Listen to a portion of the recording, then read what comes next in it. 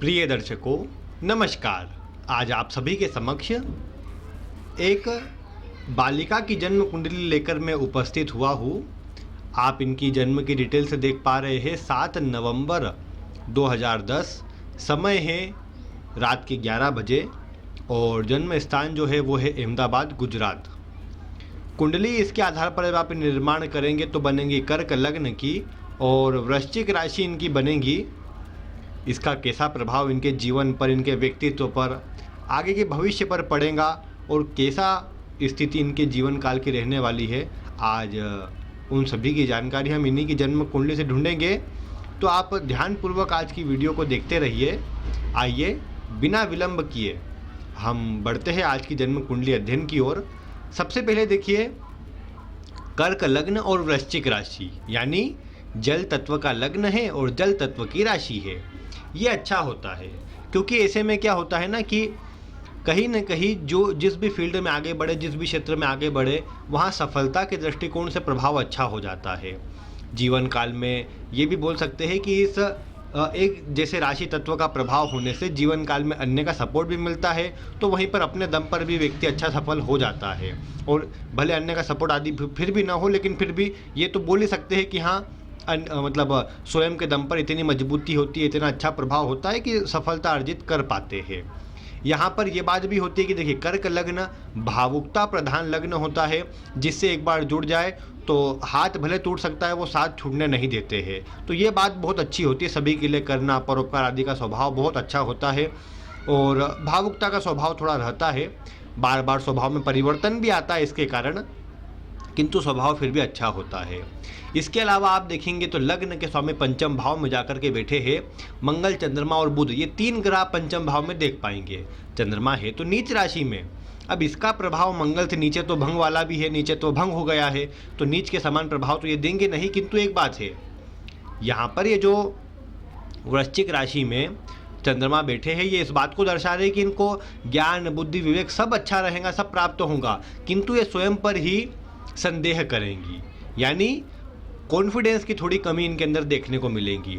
चंद्रमा मंगल साथ में होते हैं तो ये महालक्ष्मी योग होता है, किंतु आप जानते हैं कि गुस्सेल स्वभाव को यह बढ़ा देता है। चिड़चिड़ापन, जिद्दीपन, गुस्सा स्वभाव में कुछ अधिक ही देखने को मिल जाता है। यहाँ पर ये तो है कि मंगल यहाँ पर लग्न के प्रमुख ग्रह बनते हैं, तो पंचम में बैठ करके ज्ञान, बुद्धि, विवेक में कोई कमी नहीं लाएंगे, सफलता में कोई कमी नहीं लाएंगे।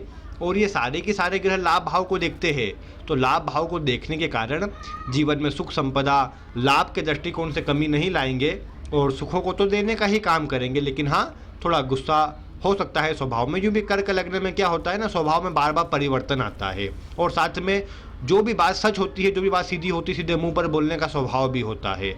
तो वो सब स्थिति देखने को मिलेंगी, किंतु ये जो पंचम भाव में इनके मजबूत ग्रहों का प्रभाव बना है, जीवन में ज्ञान, बुद्धि, विवेक से अच्छी सफलता और अच्छा पद दिलाने का काम भी अवश्य करेंगे। देखिए, सूर्य शुक्र भी चतुर्थ में साथ में है, भूमि, भवन और लग्जरी के लिए बहुत अच्छा परिणाम इसका बना हुआ है। जीवन में सुख संपदा ही ये देने का काम करेगा।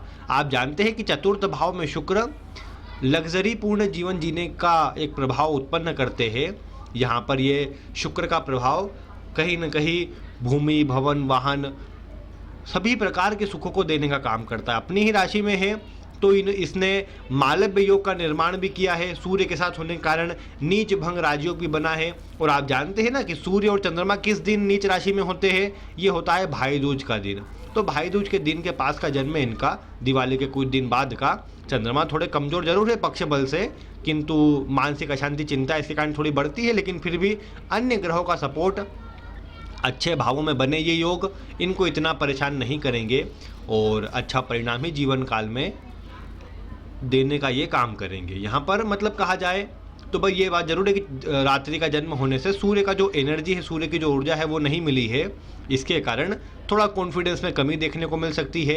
हेल्थ में कोई रोग लग जाए तो जल्दी ठीक ना हो, या कुछ ना कुछ छोटा मोटा चलता ही रहे, ये सब बातें बढ़ जाती है। यूँ भी आप जानते हैं कि छठे भाव में गुरु की राशि आने से और अष्टम भाव में गुरु के होने से दोनों ही अवस्था से पेट संबंधी परेशानी ज़्यादा ही परेशान करती देखी गई है। तो वो तो प्रभाव रहेगा थोड़ा यहाँ पर।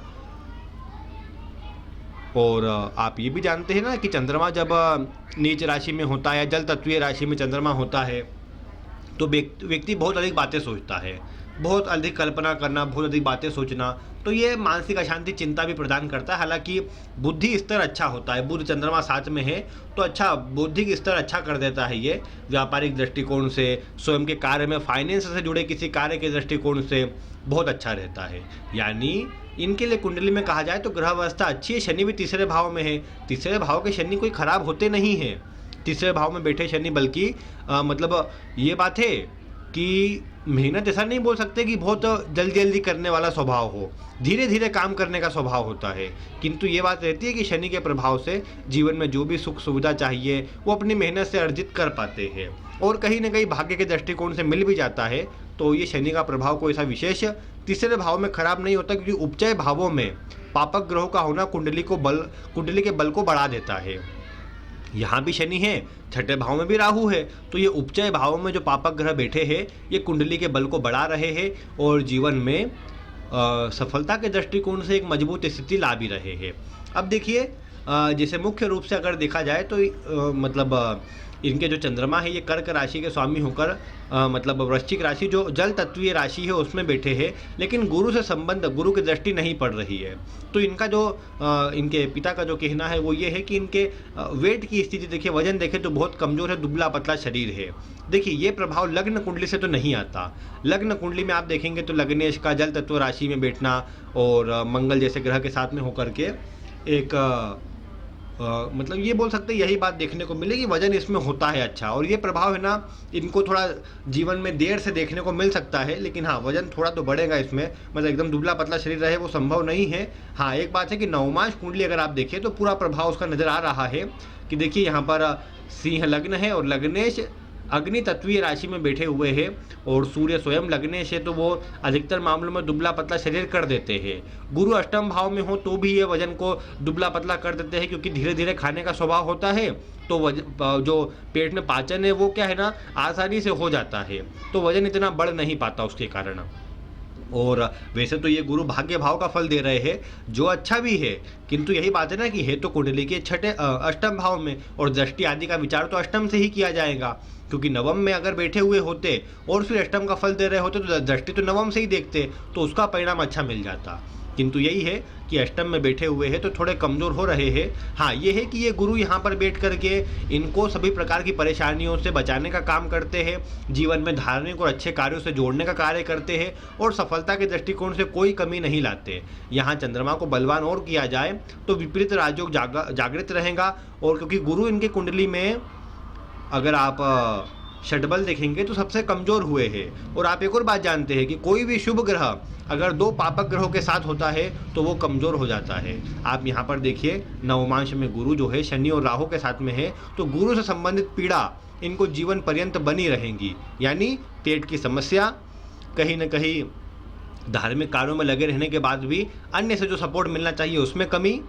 साथ ही साथ आप ये बोल सकते हैं गुरु पति को दर्शाते हैं, वैवाहिक जीवन में परेशानी, विवाह आदि विच्छेद आदि हो जाना, ये सब प्रभाव ये गुरु दे सकते हैं। अब ये अभी सुनने में तो बुरा लग सकता है, किंतु ये है कि इसको शुभ करने के लिए ही आगे पूरे जो जितना भी समय है उसमें प्रयास करना चाहिए जिससे इनको अच्छा परिणाम मिल सके। ये तो नहीं कहूँगा मैं कि गुरु का रत्न पहना जाए, किंतु ये जरूर है कि गुरु से जुड़ी वस्तु यानी गुरुवार के दिन चने की दाल गाय को खिलाना चाहिए या फिर किसी मंदिर में दान करना चाहिए।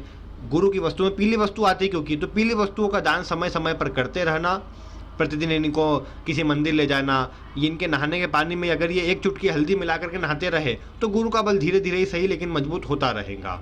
ये भी कर सकते हैं वजन के लिए भी और जीवन के लिए भी कि गुरु का रत्न धारण न कर सके है तो ऐसी स्थिति में गुरु के लिए सोने की चेन गले में पहनना चाहिए, क्योंकि रत्न तो पहन नहीं सकते ये, तो गले में सोने की चेन इनको धारण करवा करके रखे। अभी छोटे थोड़ा बड़े हो जाए तो भले पहनाते, क्योंकि अभी ये भी है ना कि खोने का खतरा भी रहेगा, लेकिन फिर भी सोने की चेन ये धारण करवाए इनको।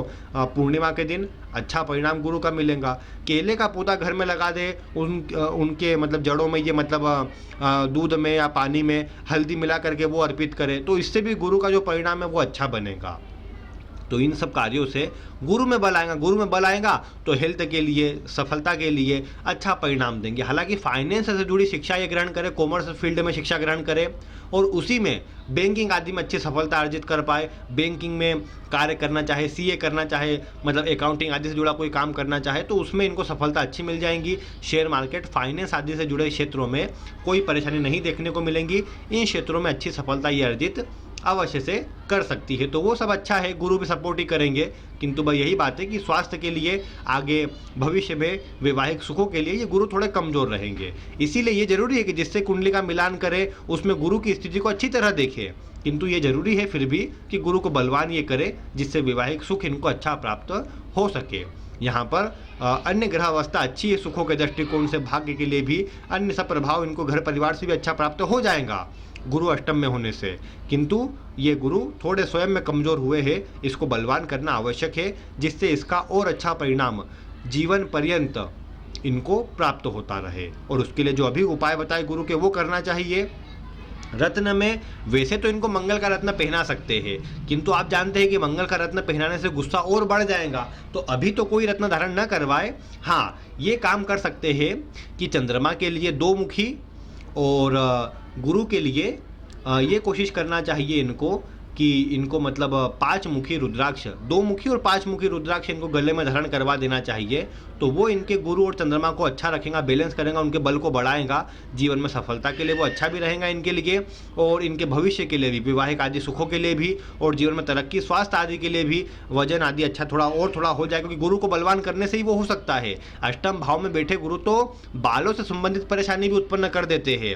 अगर आप अन्य किसी दर्शकों के कुंडली में भी, अगर किसी की कुंडली में अष्टम में गुरु है, आप देख पाएंगे गुरु के कमजोर होने से ही बालों की समस्या, बाल अधिक झड़ना, उसमें कमी बनी रहना, ये प्रभाव बनता है। गुरु से ही पेट संबंधी परेशानी बनी रहती है और गुरु से ही फिर तो तालमेल, पारिवारिक सुख अच्छा मिलना चाहिए, उसमें कमी हो जाती है। तो इसीलिए जरूरी क्या है, जरूरी यही है कि गुरु को बलवान करे और उसके लिए गुरु की जो पूजा आदि से जुड़ी चीज़ें मैंने बताई वो करे। साथ में गुरु के लिए 5 मुखी रुद्राक्ष, चंद्रमा को बलवान करने से 2 मुखी रुद्राक्ष, दोनों साथ में धारण करवा दे, इनको अच्छा रहेगा, शुभ परिणाम मिलेगा। और मंगल का रत्न अभी नहीं, वैसे आवश्यकता नहीं है, मंगल बलवान इनकी कुंडली में, वर्गोत्तमी भी है, तो उसके रत्न की आवश्यकता नहीं है, तो मंगल के रत्नों को तो रहने दे। किंतु प्रतिदिन किसी मंदिर में भेजा करें, साथ में हनुमान चालीसा ये मतलब धीरे धीरे पढ़ना इनको आदत डलवा दे, हनुमान जी की पूजा करने का आदत डलवा दे, तो वो भी इनके लिए अच्छा रहेगा। जीवन में सफलता, तरक्की के दृष्टिकोण से शुभ परिणाम इनको मिलेगा।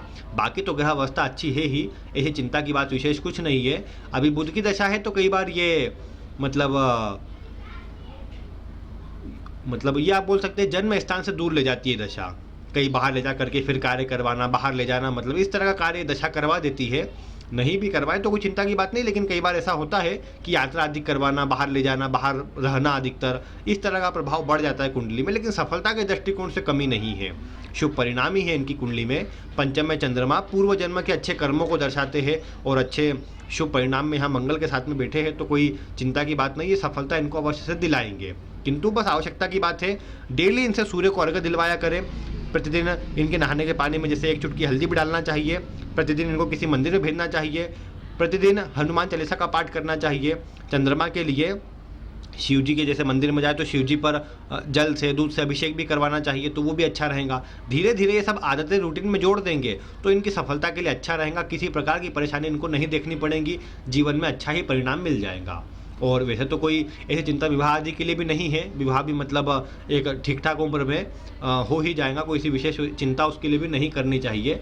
विशेषकर सामान्यतः शनि का प्रभाव सप्तम भाव पर है, तो ऐसे में तो वैसे ये बात देखने को मिली कि मतलब 30-32 वर्ष की आयु में जा करके, जो नॉर्मली एक ठीक आयु रहेगी उस समय अवधि पर जा करके विवाह हो जाता है, जो नॉर्मली अच्छा रहता है, कोई चिंता की बात नहीं रहती। लेकिन हाँ, गुरु कमजोर है, उसका मिलापन अच्छी तरह होना चाहिए, वो हो जाएगा तो आगे सब ठीक ही है, कोई चिंता की बात भी नहीं है। सफलता के दृष्टिकोण से कुंडली अच्छी है, तो सरकारी क्षेत्र में भी अगर आगे बढ़ना चाहे, बैंकिंग आदि के सेक्टर में ही, उसके भी योग बनते हैं, तो कोई चिंता की बात नहीं है, सफलता इनको अच्छी मिल जाएगी। बस ये उपाय करते रहे, जीवन से इनके जोड़ दे ये उपाय, बस फिर इनको अच्छा परिणाम अवश्य से प्राप्त होगा। गुरु से जुड़ी वस्तुओं का दान आदि भी करते रहे, यानी जैसे मैंने कहा कि पीली वस्तुओं का दान करते रहे, गाय को हरा चारा या पीली मतलब चने की दाल खिलाते रहे, बहुत अच्छा परिणाम मिलेगा और सारी स्थिति इनको शुभ मिलती नजर आएंगी। तो भाई यही इनके लिए आवश्यक है।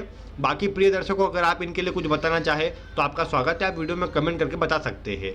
वीडियो पसंद आई हो तो आप इसे लाइक करें, अन्य लोगों तक शेयर करें और ऐसी ही वीडियो देखने के लिए चैनल को सब्सक्राइब करें। आज की वीडियो में बस इतना ही। वीडियो देखने के लिए आपका बहुत बहुत धन्यवाद।